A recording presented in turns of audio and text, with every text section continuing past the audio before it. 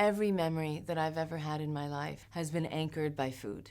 In the writing of this book, I found that there were so many things that I didn't think about, simple things, simple foods that I made every day that really have guided my hand in everything I do.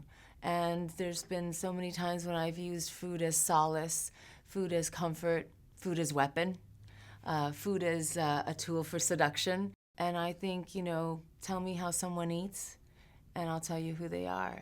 For a long time, I really didn't know where I was going with this book, so I just kept writing. I kept writing and writing and writing, and I think the book has a lot of themes in it. I think it's obviously an immigrant story. I think also for women, we are expected to do a lot at the same time and arrive where the world wants us to arrive by a certain time. And in my case, it took me a lot longer than I thought it was going to take, and I think that's true for a lot of women.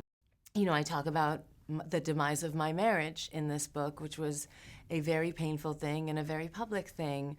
And I talk about it because, it was one of the lowest points in my life, but it was also a time when I went through a health crisis that I knew nothing about, and also that my husband really didn't understand well at the time. And I think that happens to a lot of women, and we don't talk about these things that happen to our bodies because they're very private and they're very intimate.